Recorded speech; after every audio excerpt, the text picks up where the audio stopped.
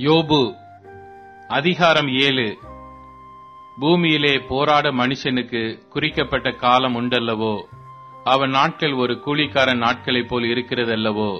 ஒரு வேலையால் நிழலை வாஞ்சித்து ஒரு கூலிக்காரன் தன் கூலியை வர பார்த்திருக்கிறது போல மாயையான மாதங்கள் என்னுடைய சுதந்திரமாகி சஞ்சலமான ராத்திரிகள் எனக்கு குறிக்கப்பட்டது.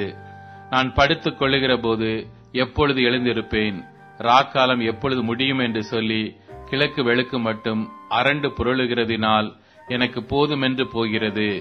என் மாம்சம் பூச்சிகளினாலும் அடை பற்றின புழுதியினாலும் மூடப்பட்டிருக்கிறது. என் தோல் வெடித்து அருவருப்பாயிற்று. என் நாட்கள் நெய்கிறவன் எரிகிற நாடாவிலும் தீவிரமாய் ஓடுகிறது. அவைகள் நம்பிக்கை இல்லாமல் முடிந்து போகும். என் பிராணன் காற்றைப் போல் இருக்கிறதென்றும் என் கண்கள் இனி நன்மையை காணப்போகிறதில்லை என்றும் நினைத்தருளும்.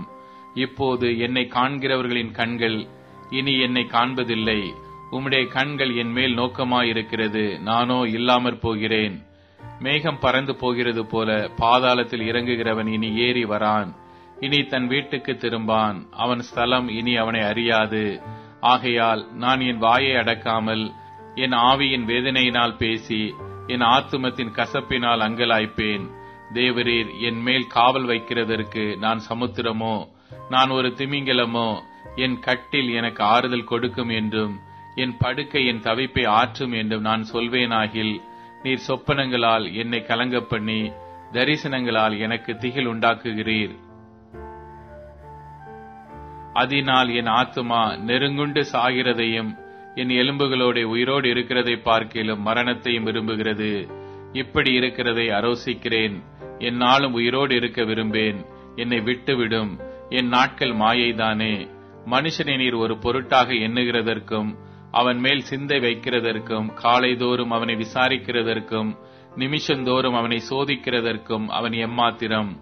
நான் என் உமிழ் நீரை விழுங்காதபடி எத்தனை காலம் என்னை நெகிழாமலும் என்னை விடாமலும் இருப்பீர்?